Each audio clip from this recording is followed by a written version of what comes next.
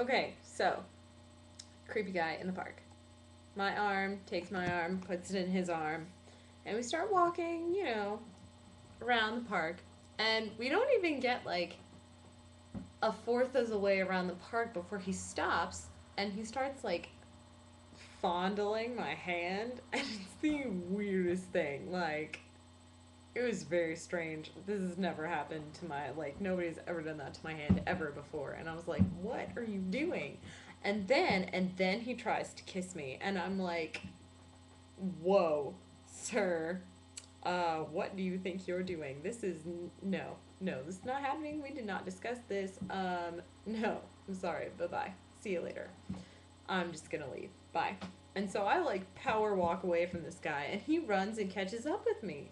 And he's like, no, no, no, no, stay, stay. Let me walk you around the park. Stay. No, I'm sorry. I didn't mean to. And I'm like, you know what? No, no, because you're just gonna try that again, and it's not happening. No, sorry. Sorry, but no. Bye. He's like, no, but why? Do you have a phone number? I can call you. I'm like, no, no. I'm sorry. Bye. Just leave me alone. Bye.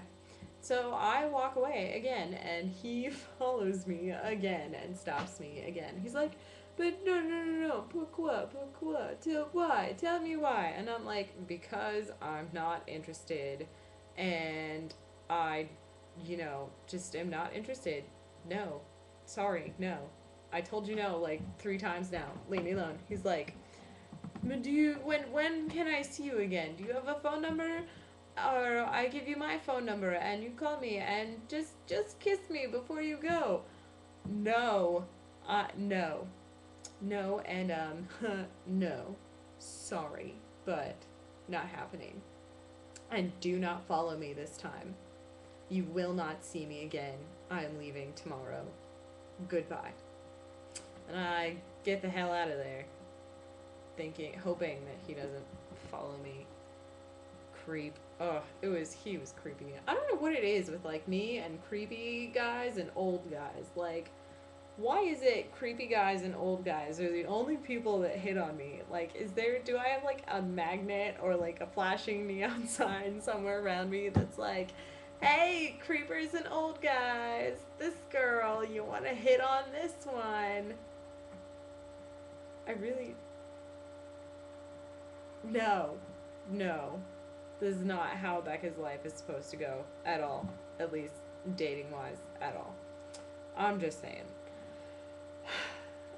Anyway, so so I go back to the Grootmarkt because it's closest, and I'm walking around the flea market again, and then there's this old guy sitting on an amp, and he's got his guitar with him plugged into this amp, and he's playing American country songs like John Denver and Johnny Cash, and he's very good and he's very entertaining, except he sings the wrong words. It's like he just made up words. He always gets the chorus right, but then he just makes up words. It was really funny and very entertaining for me as an American to hear him singing these songs and getting the words wrong. But it was just, I don't know, it was really cool. I enjoyed it. And so then I started walking around some more, and I was kind of peckish, so I found a waffle place, and I got a waffle, because you can't go to Belgium and not get a waffle. I mean, come on. And it was very, very good. God, they really do have the best waffles. Like, nobody exaggerates when they say that. Like, you just don't even know. Anyway, so I'm walking around with my waffle, and I happen upon this guy chilling on the corner playing a cello. And it's absolutely lovely music. It's very beautiful. And I'm like, so I just stand there and eat my waffle listening to him play. And then there's a couple of people like selling stuff on the street near him. And so I'm walking around looking at this stuff, and I stop by this one guy who's got this really lovely, like, definitely handmade jewelry, like all like um, metalwork jewelry type stuff, and some of it is absolutely beautiful, and I know that it takes a really long time to make a lot of it, so I'm admiring, and the guy like looks up and he's like, oh, hello, and I'm like, hi, and he's like, you don't speak French? You're not French. I'm like, no, I'm not French. And he was a very nice guy, and come to find out, he's Brazilian, because all the people that I meet in Brussels are Hispanic. I don't know, except for the Swedish girl and the girl from Chicago. Anyway, so he's talking to me and he's like, oh, well, I gave you my card, and if you want to go hang out later, you call me. If you don't, then you email me or something and we talk. I'm like, okay. He's a really nice guy. His name is like Pendar or something like that. But while I was standing there admiring his work, he's like, I like you. You have good energy about you. And then he just grabs his wire and he makes me a ring standing there. He makes me this ring. Can you see it? It's a star and then a little swirl guy, and he goes, "Look, a star ring, a star for you, cause you have good energy like a star." And I'm like, "You, sir, are very nice. Thank you. You are the first like sort of not creepy guy to hit on me like in a while. So thank you." And he was really nice. I wasn't like super attracted to him at all, but he was a nice person and a contact in Belgium if I ever need one. So that's how that goes. Anyway, so after walking around there, I went over to Mannequin P, which is the little boy statue who's naked and he pees into, like, he's a fountain statue and he's just standing there holding his guy out peeing in the fountain.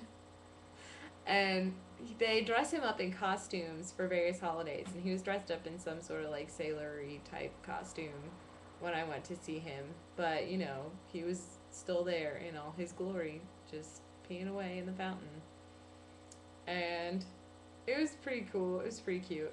And then I made my way back towards the Cone Place, and I ran into a circus, like a circus act. This guy and this girl who were dressed like sort of like mime clown guys, people, and they were doing this circus act, and it was really good. It was very funny.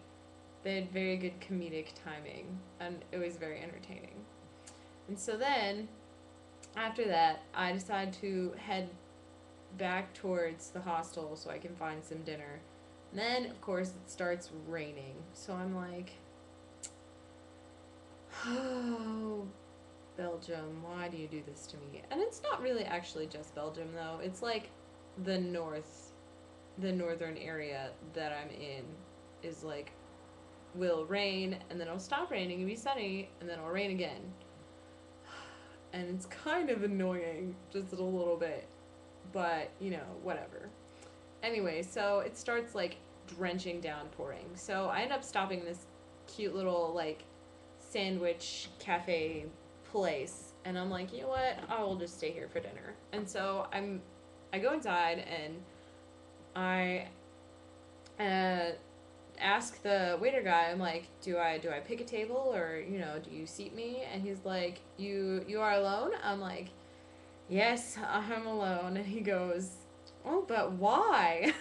And I'm like, I just don't know the answer to that question, but can I get some food? He's like, yes, here. And he sets me down at a table and he's like, I'll keep an eye on you. I'm like, well, thank you, sir. I very much appreciate you. And so I had a croque monsieur Hawaiian, which had pineapple in it, and it was really good actually. And then like a coffee because I needed a pick me up. And so then by the time I finished my really tasty meal at this really cute shop that had all these like teapots and stuff everywhere, and then a lot of mirrors, and so I could like watch people in the mirrors and stuff, and it was really entertaining actually, just sitting there like staring at the teapots and then being a creeper staring at people in the mirrors. But anyway, so I left the little restaurant, started walking back to my hostel, and it's a fairly decent hike. And so I get back to the hostel and I'm like super exhausted. And so I go back to the room and I just crash. Like, totally, completely crash. Granted, it is like late at night, like around 11. And so by the time I get back to the hostel, so I was like, you know what? I have to get up early anyway tomorrow, so I'm gonna crash and I'm gonna go to sleep. Today was awesome.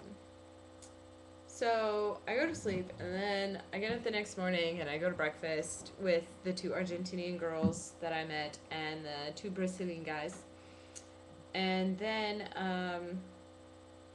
after breakfast, I make my way to Auto World, which is this really big car museum. It was awesome. I spent just as much time at the car museum as I did the musical instrument museum. And I'm pretty sure my lovely, lovely father would be very proud of me for that. But anyway, it was really, really cool. And so, and it's in this really big, like, parliament looking building beside this, or on one side of this huge, beautiful park. Like, I walked through the park to get to the building. It was absolutely stunning. And so I go inside, and they're having this yoga event at the museum. Like, at the car museum, there's a yoga event.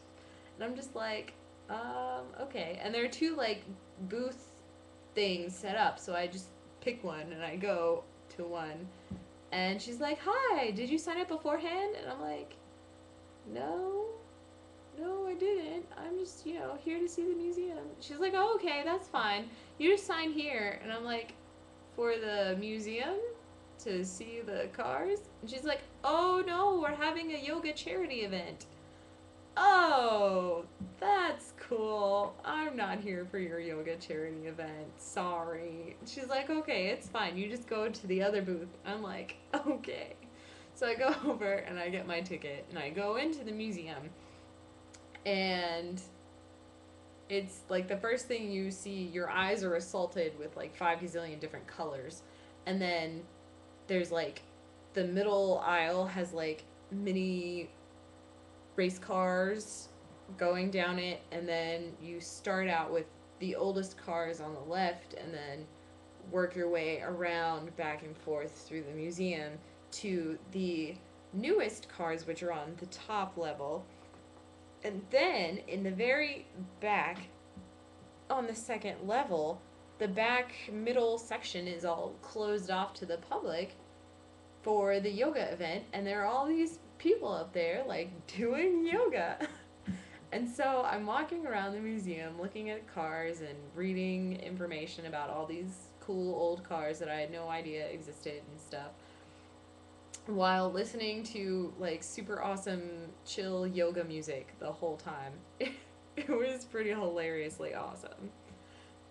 And so I'm walking through the stuff and I see in front of me, like, staring at, or, well, not, well, I guess staring, looking at a couple of cars down from me, this dad and this young daughter. And the dad is explaining things to the little girl, like, at that particular moment, he was explaining aerodynamics and like why they made the cars smoother and rounder so that they'd be more aerodynamic to go through. And then later on, he was explaining front wheel drive to her, and it was really cute. And I was like, that kind of makes me think of my dad. And it's very much something that he would have done with me when I was little. So it was very cute for me and very exciting. But anyway, so after running into them, I didn't talk to them or anything. And they were talking in English, even though it was quite obvious that was not their first language, because their accent was very thick. So I don't know why they were talking in English, but you know, it's whatever. It allowed me to overhear their conversation and actually understand what was going on. So, that was good. But anyway, so I'm walking around, and then I get to little cars, little foreign cars, and I find a Crosley, and it was this car that in the 1950s, 60s, maybe before then, no earlier than, I'm going to say no earlier than the 1950s, but I don't know for certain. I did take a picture of it, but it's this cute little like compact car, and it was like in the 50s, like tealy pastel color, and apparently it was marketed towards students and sold in um, like grocery store parking lots and stuff. So, you know, I don't know. I thought it was adorable. And then they had an Isetta, and they had a Fiat, and they had a Mini, and they had a Douchevo, and they had a Volkswagen, and I could just go on and on. They had a bunch of cars. It was really awesome. And then they had this whole section on the second floor of, well, Jackson will appreciate this. They had a section of motorcycles, like old motorcycles. So I took pictures for my lovely younger brother who is obsessed with motorcycles. But then they had this section on the second floor that was all racing stuff, and part of the section was a whole section on Michael Valiant. And I think I'm saying the name right. I don't really know, but the cartoon comic book race car driver guy, like they had his race car sitting there, and like there were a bunch of little kids there, and they were all like getting in the race car, and their parents are taking pictures, and the kids are all like, yeah, I'm driving the race car. It was adorable. And I was like, oh, look at you, little tiny foreign child trying to drive an F1 car. I love it. Anyway, so it was a really, really cool museum, and I very much enjoyed it. But alas, all things must come to an end. So I finished my tour of the museum and headed back to the metro station. I took the metro to a train station. Then I chilled in my train station, and I kept looking at the monitor, like looking for my train, right? And I didn't see my train on the thing, so I went up to information desk and I was like, sir, I don't see my train on your display, and I need to be on my train. And he's like, oh, it's the train going towards Marseille. And I'm like, oh, okay. So what it was this train that was just making several different stops on its way to its final destination of Marseille. And I was never given this information, and if I had not gone and asked, I would have missed my train. And I feel like this is a little ridiculous, but I ended up not missing my train, and it was, all cool, fine and dandy. And I got back to Lille, all fine. And then I got back to my dorm, and I called my dad because it was Father's Day yesterday, and I wanted to say Happy Father's Day, and found out that he went to the 24 Hours of Le Mans without me.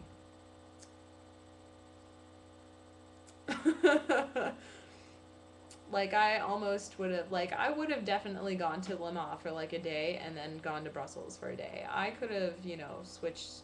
I could have done that. That would have been fine. However, it's okay because he didn't know if he was actually going or not. But still, it's freaking Le Mans. Come on. Anyway, but he did take pictures for me, so it was cool. And then classes today were fine. It's Monday now, and they were fine. And we had a wine and cheese tasting aperitif party, and that was really fun. And I like got all dressed up and wore a dress and like pretty clothes and stuff. Did my makeup all nice. That's why my face is super pretty right now. Anyway, no, and today's also my mother's birthday, and so I wish her the best of birthdays, even though I can't be there right now with her today. And I think that's about it for me. It is also like late here now. Like it's 11:30 here now, so I'm gonna go to sleep because I've got class in the morning. Anyway, that was my Brussels Bonanza. extravaganza. And I hope that you enjoyed this video because I certainly enjoyed making it. And I miss all of you and I love all of you. And happy birthday, Mom. And I will talk to you in my next video. Mwah! Bye!